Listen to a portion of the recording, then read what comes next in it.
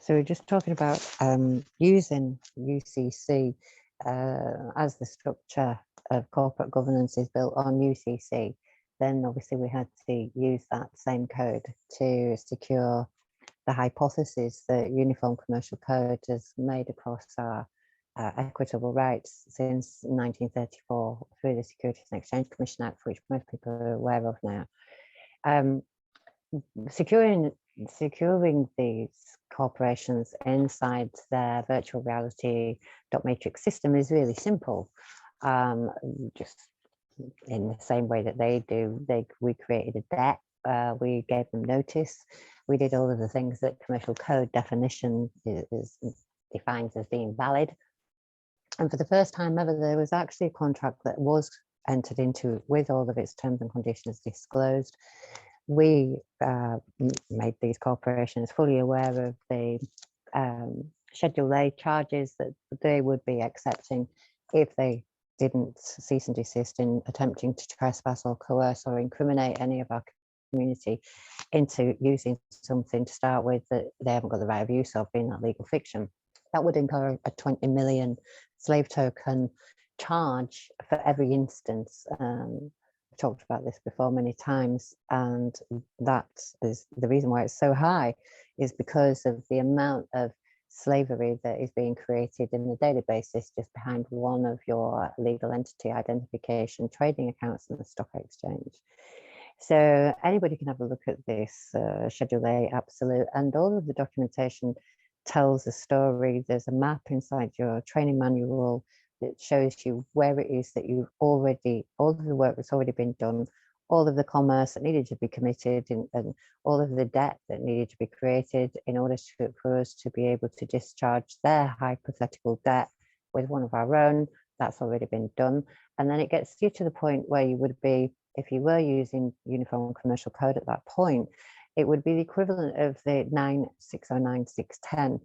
And I don't know of anybody other than us that have done this, which is where we've accounted for the assignment of the equity that these corporations claimed. Now, the whole purpose and the point of universal law is that you do not make a claim.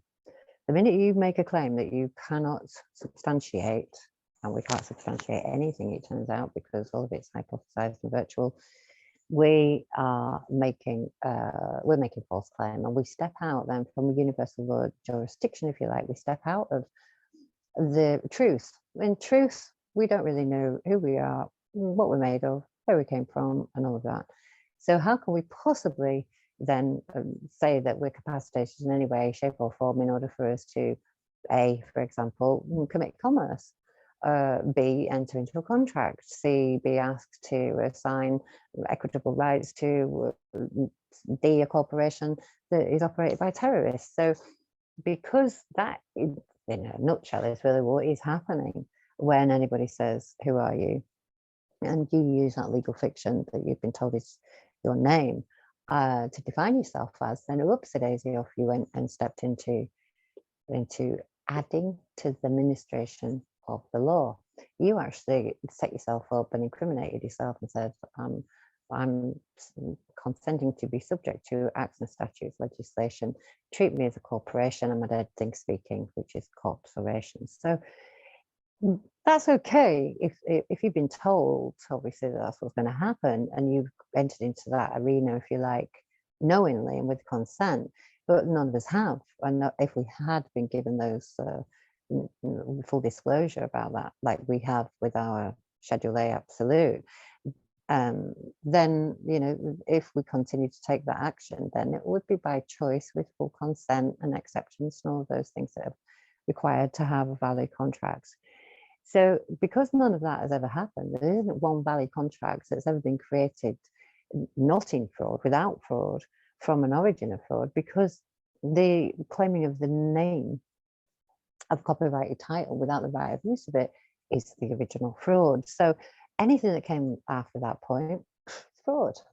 And so we're compounding our own incrimination. Now, when we served these corporations then and said, right, okay, these people have assigned their consent and their liabilities into their own trust, and they've appointed us to act on their behalf. So that immediately dissolves the hypothesis that you are an incapacitated legal minor and that you haven't taken the steps that you needed, shown the due diligence, which is required in order for you to be not hypothesized to be a ward of court and a legal minor, an incapacitated legal minor, dead, lost at sea, age 7 or below.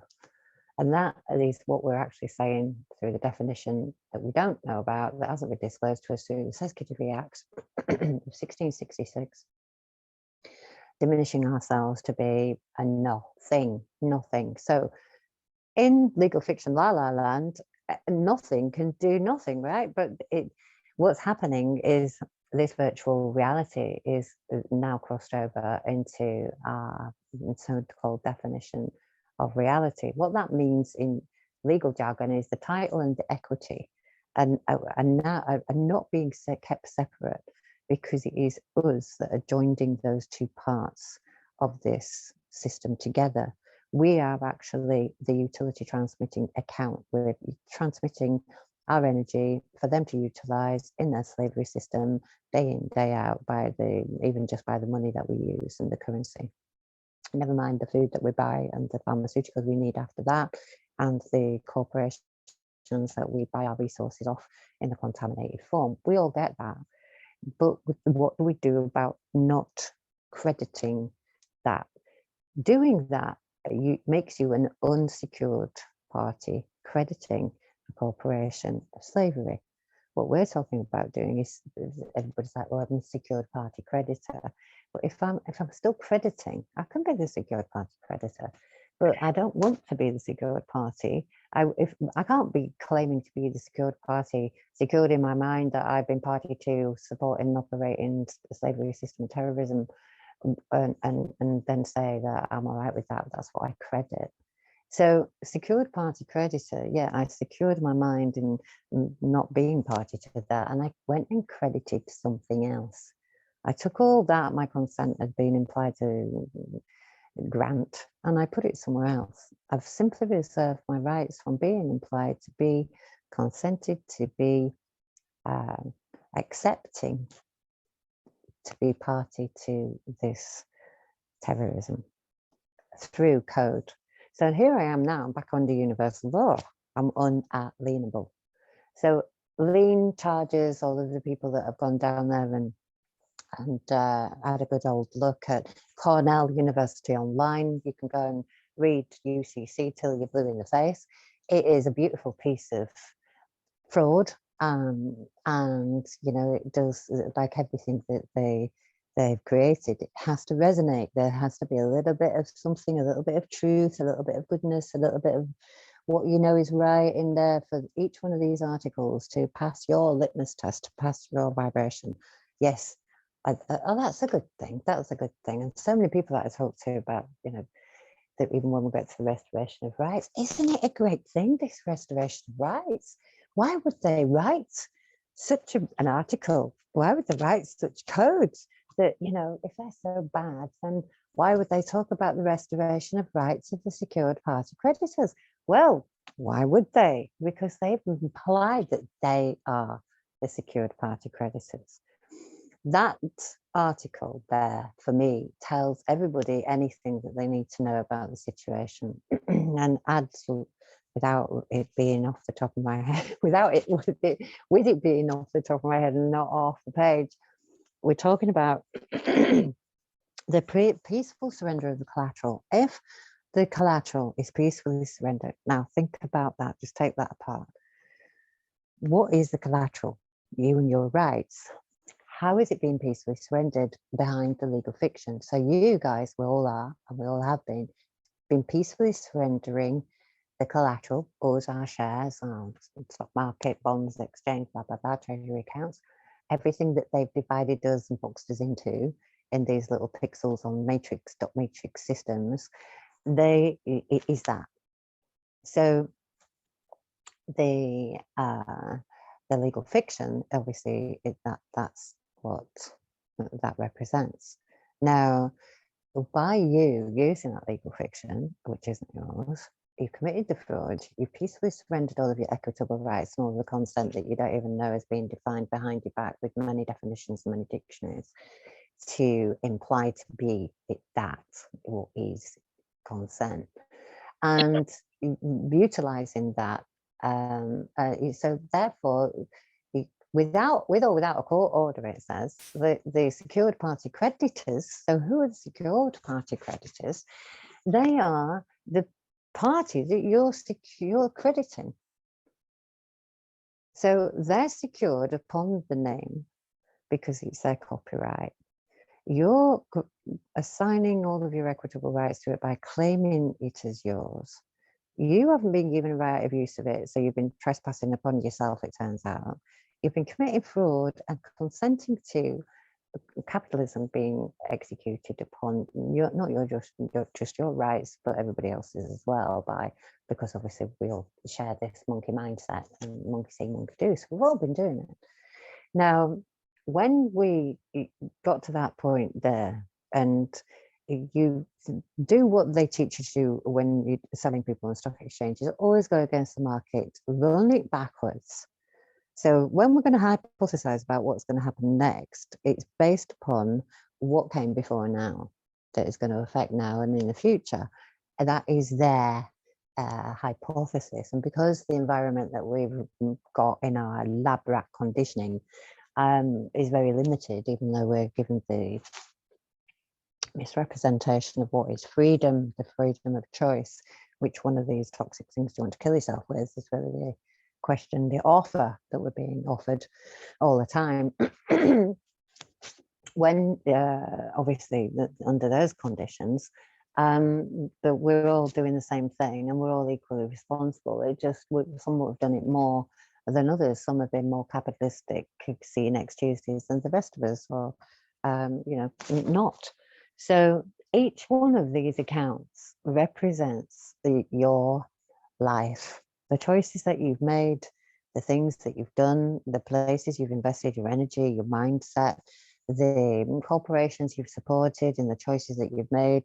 And it's all stacked up to forecast, to cast forth another spell of a hypothesis about you that I can gamble on and hedge fund. I can hedge my bets about you by obviously not giving you any other alternatives than the ones that are given you as a state for you to choose from. So, you know, you're a quantifiable commodity. So these is all terminology that they've defined as inside this commercial system.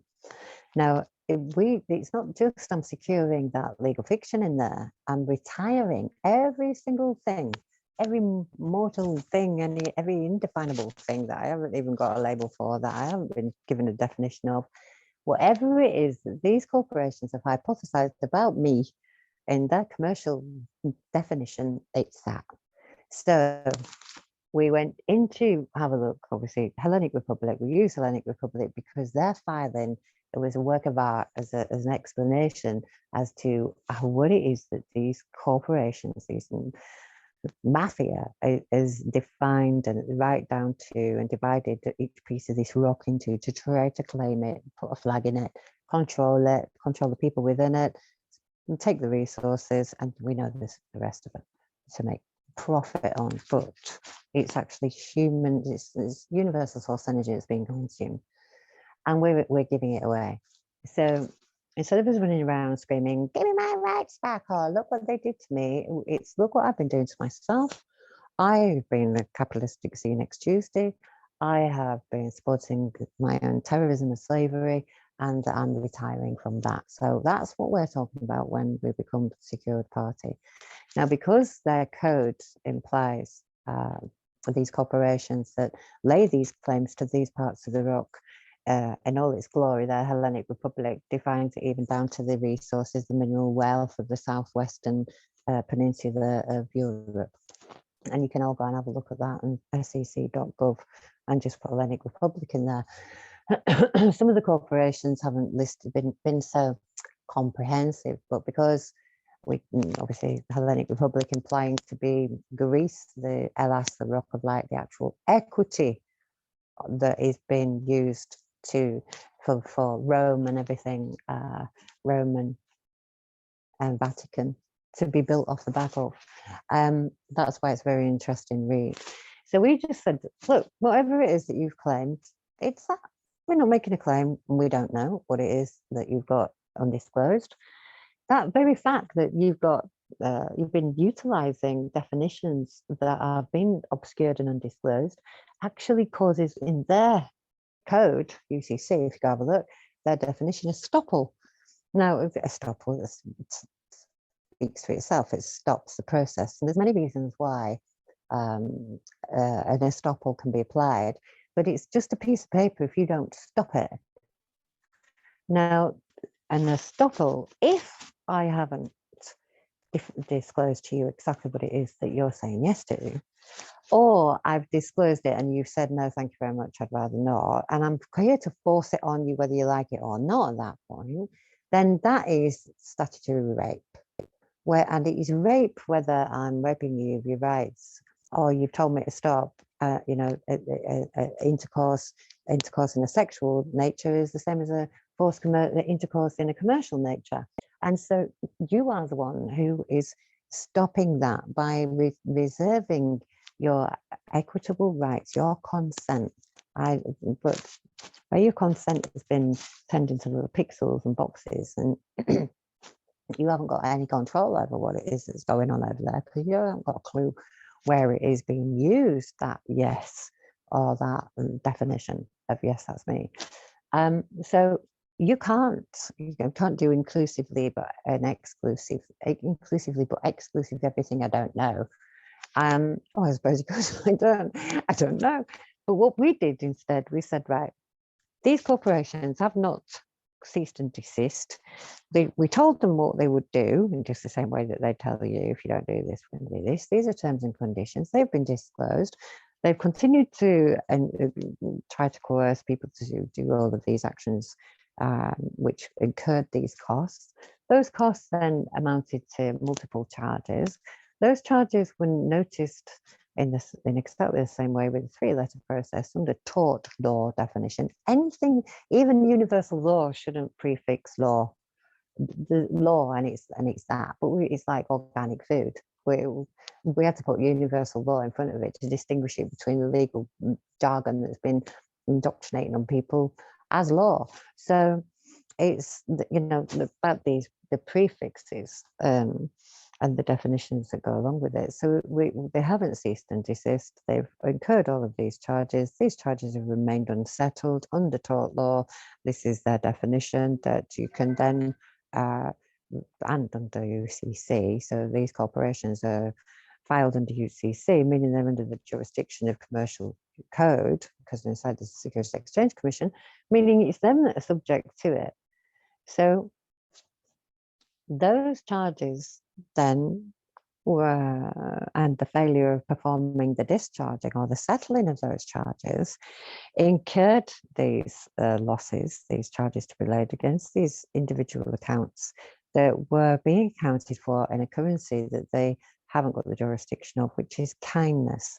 So because fiat currency is being created 10 to the power of 10, kindness credits is deleting that and discharging that to the exact same equation, 10 to the power of 10 in multiples of 8, counting the receipt and counting the rock that we use in place of the slave token. So for every one slave token you convert into kindness credits, you immediately discharge any fiat that one token would have created had you continued to use it without using this very simple mechanism that we've got to convert every single one of your transactions into a different currency that they cannot tax you with. So there's some videos out there about all of this, and that's just another column that we had in these online accounts to be able to show you.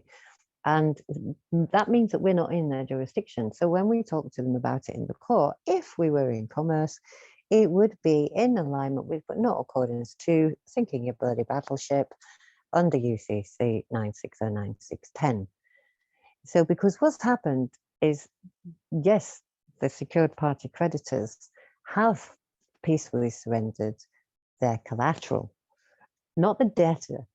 The secured party creditors peacefully surrendered the collateral. What was that? The title. We gave them back the title, and this is the key, I believe, that stopped. I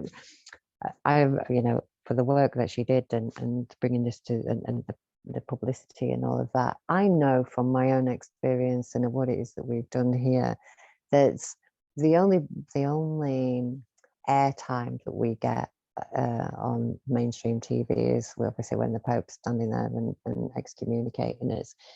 They're not saying nice things about us, and obviously they didn't say nice things about von Rice either. But there was this bit missing, and everybody goes so far, whether you're looking at Universal Community Trust with Michael Bernicia, who I'm openly stating that I don't trust.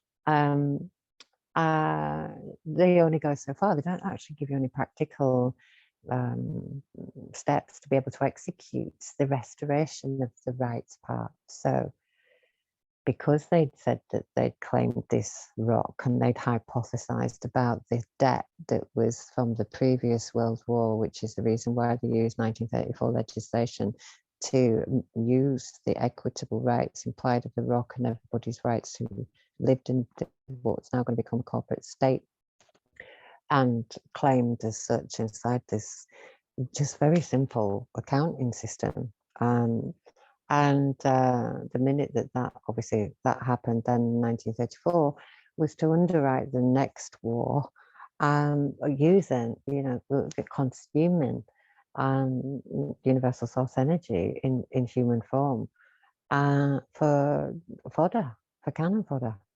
Yeah, so it's it's really not. People need to get their head out of this, out of the profit and loss. We have to take you there. We have to show you that it's all about profit and loss.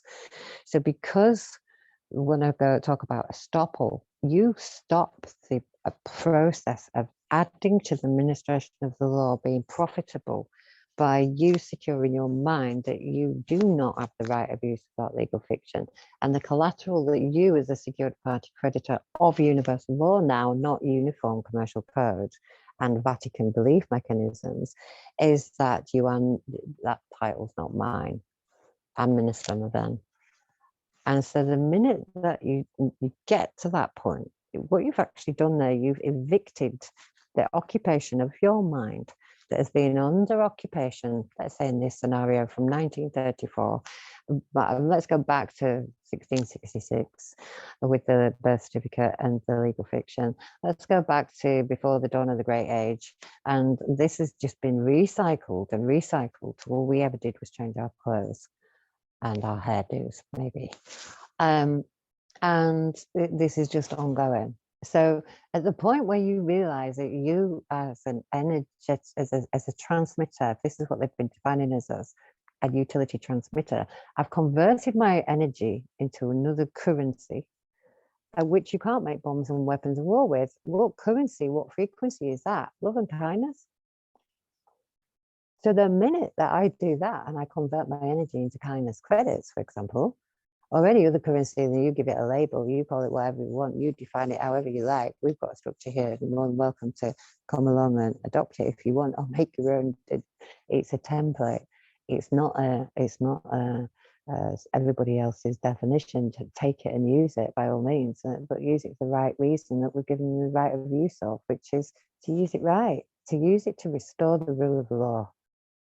That's what this is.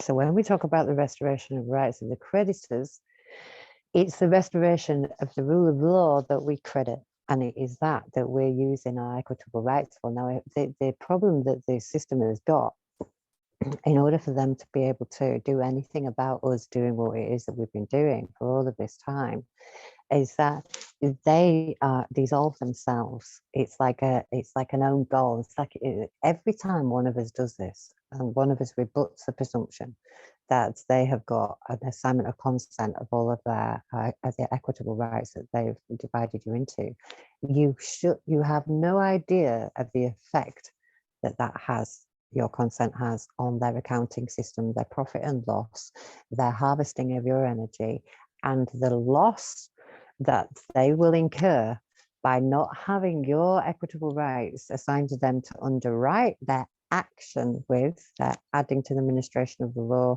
codification with, means that there's absolutely no point in trying to intercourse with you, because there is no benefit for them. And by giving them Minister MFN, and if they try to use Minister MFN, you've turned the tables 360, and they're the ones now committing the fraud, and they are the ones who are using a legal fiction that does not belong to them, that even in their highest court, in the Queen's Bench, clearly states by Justice Stein, with Charlie Oscar 1814 2021 and Charlie Oscar 1813 2021, the habeas corpus writs that where we put COVID in the courts, and you can see there, and you can also go and watch it on videos on that we've got on our Dropbox account, the recording of that where she was brought into the Ministry of Remedy and stood trial. COVID was put on trial, and she clearly states that neither can you use Minister MFN or universal law in litigation. So we'll park that a minute over there. And you can't use unsubstantiated claims because the burden of proof is too great in order for you to use such a claim, such as COVID, such as COVID. Now, obviously, we weren't saying that we were using COVID. We were saying that they were using COVID, and she completely dissolved it all and stamped it. Now, that testimony, that document, that determination is the only document that any of you need, because it states it's unsubstantiated claim. The burden of proof is too great.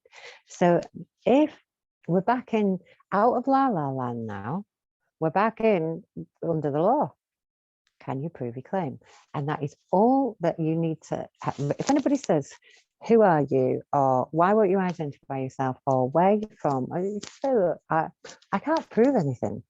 And I've got this piece of paper here that has come from Queen's Bench, and it says that if you can't use unsubstantiated claims, it says, because the burden of proof is too great. Now you can pick these orders apart, because there's for every circumstance that you might find yourself in, we've got one for you. We've got one from the DVLA that says, "I'm very sorry, Minister MFN, you are insured." We've got another one from the courts regarding the judges recusing themselves because they are going to incriminate themselves, prejudice their system by trying to take action where they haven't got any consent. We've got Sir Win Williams giving us the right of use of everything. We've got the courts in India accepting Mickey Mouse and Donald Duck as Minister MFN because they cannot use Minister MFN. And that's the point. So you have got, what Minister MFN is you saying, I'm indefinable in your system. You can't make litigation with me. Here's a court order and one of these 2 case file reference numbers for you to go and check out what it is that I'm saying to you.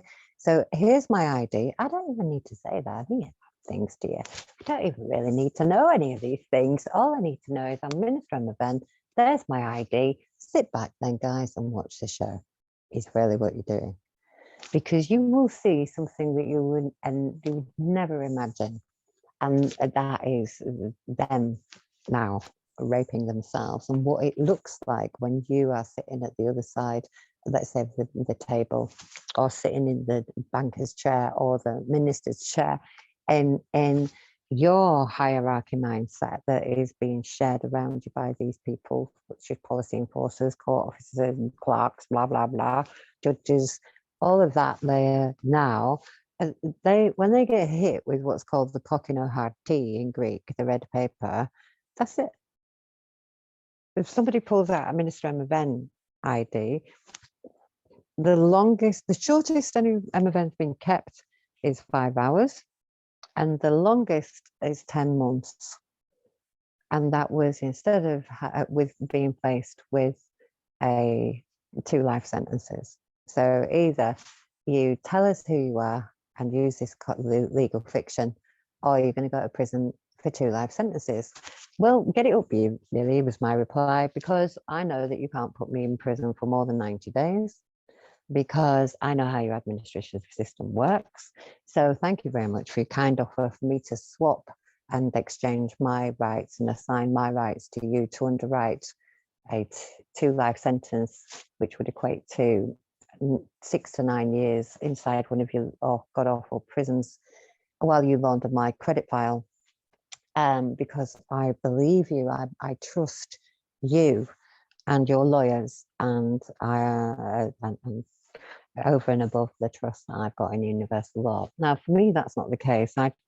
All my trust is in universal law.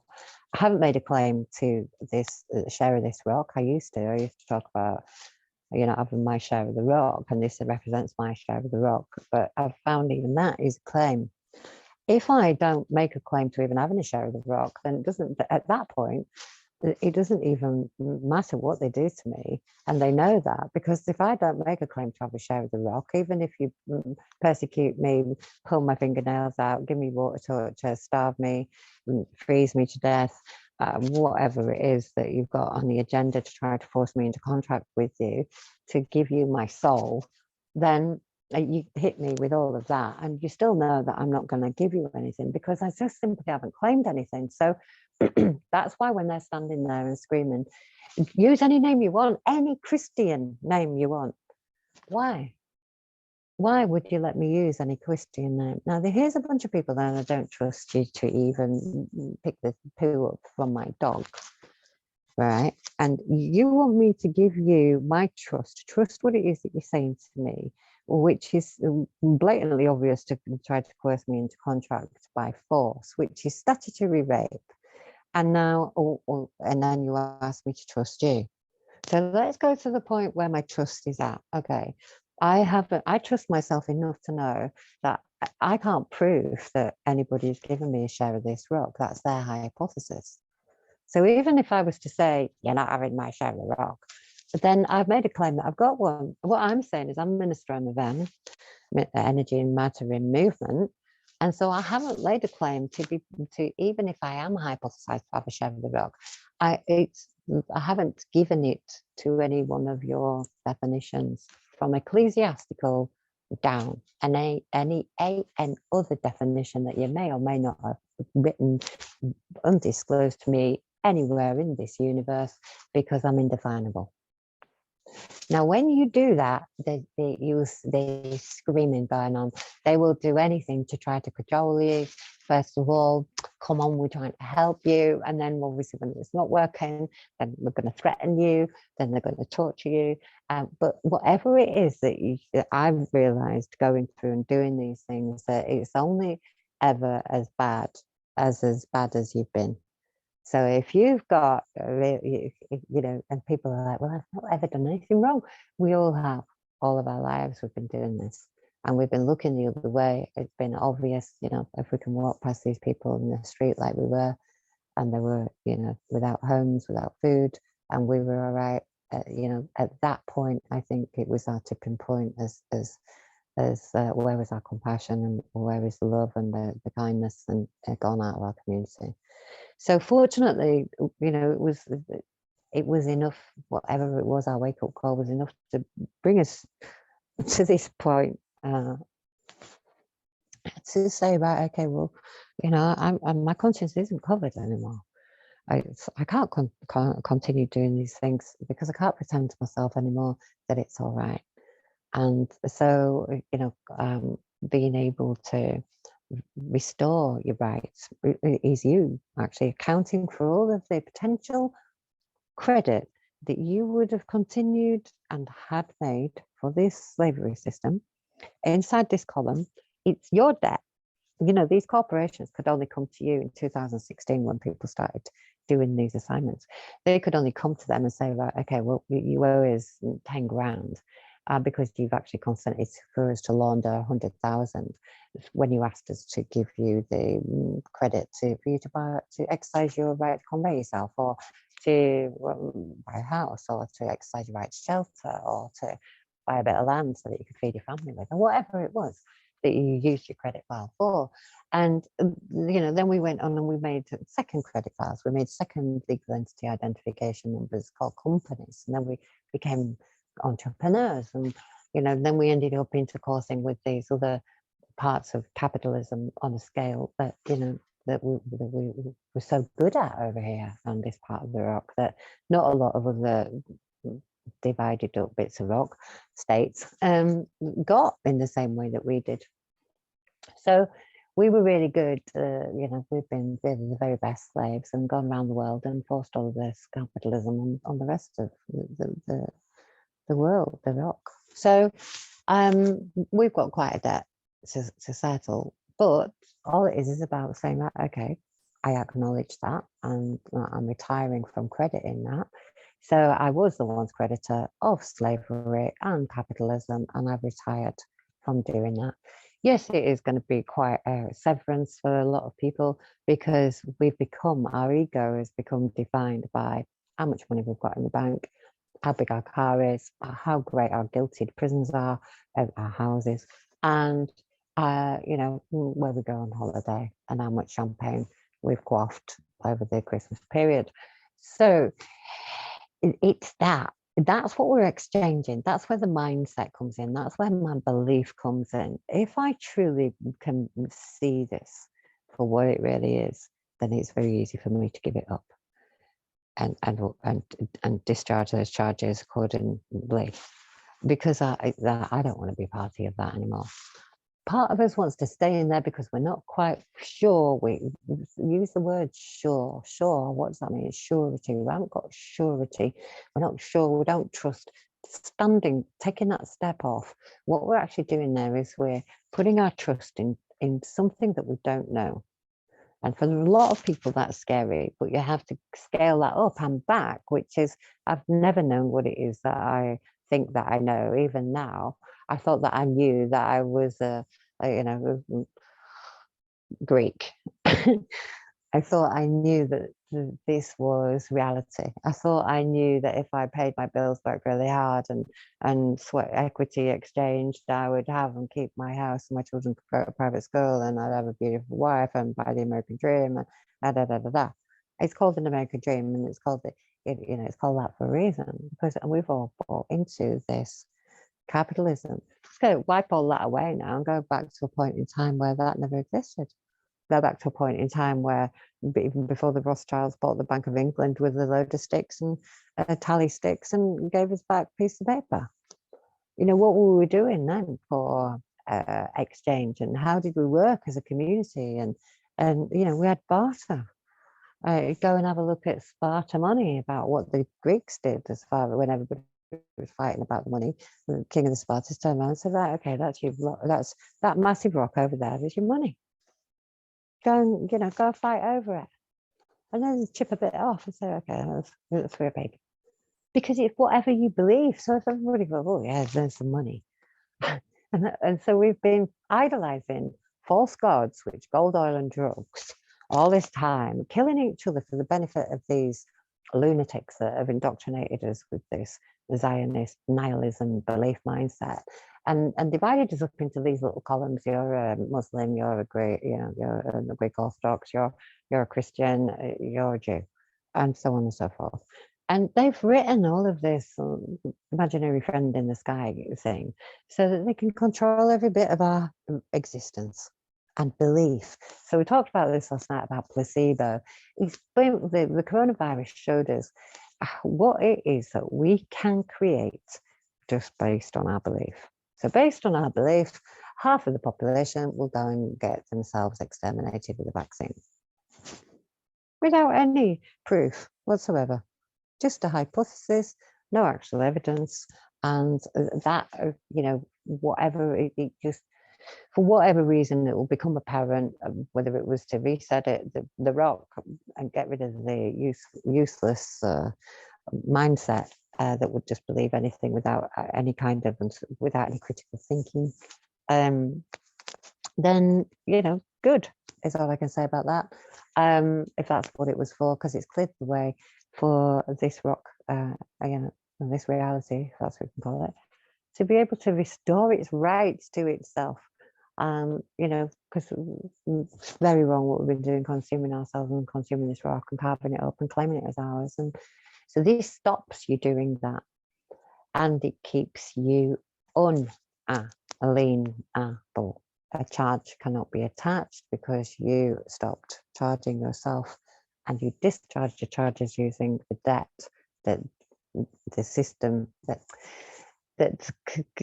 you would have created had you continued So it's the forecast of the debt based on the debt that was already created by this commercial intercourse that was done, like I said at the beginning, with all of its terms and conditions disclosed, and so therefore the only valid definition of commercial contract was one that was created by the Universal Law Community Trust in order for us to secure the Uniform Commercial Code as a hypothesis of it being legal, being lawful.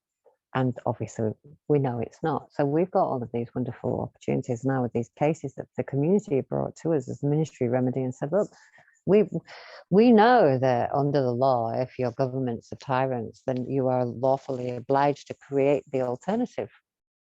We can't go around and blame these Zionists or whatever they are, or these terrorists for not giving us our legal recourse if we haven't. Let's forget about recourse and legal. Okay, so let's have a look at lawful. Is it lawful that I can come to your house and evict you with a piece of paper for a debt that was created in legal fiction? Well, we pretend that nothing happened here, but you're sleeping in the street tomorrow night. Is that all right? No, it's not. It's unlawful. And so if I can break the law legally, then legal hasn't got a foot through the door for me or for any of us, and it shouldn't have. And anybody who is trying to enforce legal as being lawful without an assignment of consent, such as a legal fiction. So all of these people who are still using your legal fiction, watching you all in the videos, and you're all shouting, I haven't got a contract with you, I'm not paying the council tax, and shouting at the police, I haven't got a contract with you, you're a private corporation, and you're still claiming benefits, or you're still using slave tokens, then that's your contract, mate. And so anything at that point there, if you are not having, you've got a rock in your pocket in order to keep clean hands clean of commerce, and you're bothering to give it to people, you're still supporting your own slavery. So you're not a secured party creditor. You're worse than an unsecured creditor of a slavery system because you're now knowingly doing it. And that takes us back to what we said at the beginning about consenting knowingly or unknowing consent. So let's scale that up, just go down that avenue a little bit. We can't define or judge other people about what it is they may or may not have done if we have got no idea about these definitions of what consent is, for example. So how then, if we've all been raping ourselves of our rights, can we determine or assess or psychologically analyze another for what it is that they do or do not do? And that's where all of this falls down, all of this definition and the ability to be able to point the finger at other people when we've been lied to all of our lives. How can we possibly have any idea about even what's right or wrong when we've been taught that everything that's wrong is all right to do? So it's all right to go and persecute yourself for profit. It's all right to go and persecute somebody else for profit. It's all right to go and inherit, go and create liabilities for the people without a second thought. As long as you're all right and you've got to live on the treadmill another 28-day cycle, then people weren't really conscious about what it is that I had to do to get there. And I admit that I was party to that as well. So it's not about pointing the fingers at other people, it's about ourselves. What is it that I've been responsible for? So, if the universe has spewed up a charge against you for theft, for example, yeah, I've been stealing my rights from myself and from others by committing commerce. Everything that is there, that these charges under penal code even, so we're still in code. If you've got let's have a look at the Criminal Law Act. Did you hurt anybody? We don't need a bloody act. You've got the rule of law to talk to you about, to teach us how it is that that law is to be ministered, not administered. It's not about making a life so liable, full of liabilities that you can't even go out and convey yourself and go and see your mum down the road without some terrorist trying to capitalize on you conveying yourself to go and see your family. You know, never mind now these policy enforcers turning to you and saying your number plate is not valid, or your conveyance isn't taxed or insured or MOT'd or whatever. You need to be asking those people, why have you not got the secured party creditors plates on your conveyance? Why are you still operating and applying to be, consenting to be, supporting and operating a slavery system? Is the questions that I've got for you numpties who are still using V5s and still paying tax and still insured. To who are you doing this to? Yourself. And then turning around saying, oh, they're coming to steal my children next week. Well, that's because you paid them to be there.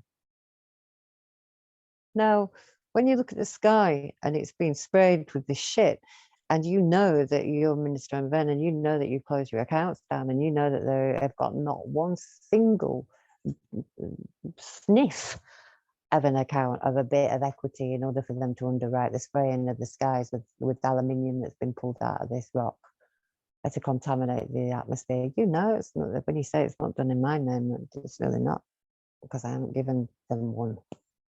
Now, when you can stand there and you feel like that, and you move through these once implied barriers, and they're not there.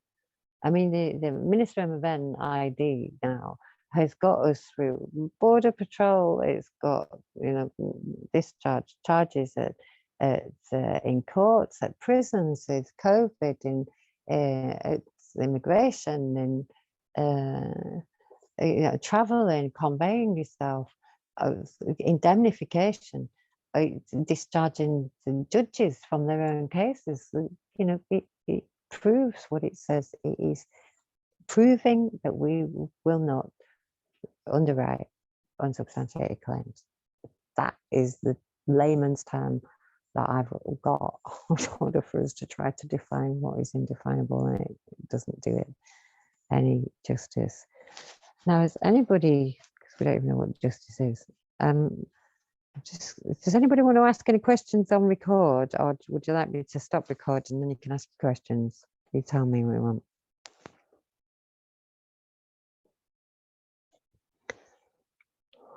Okay, well, I'm going to stop it.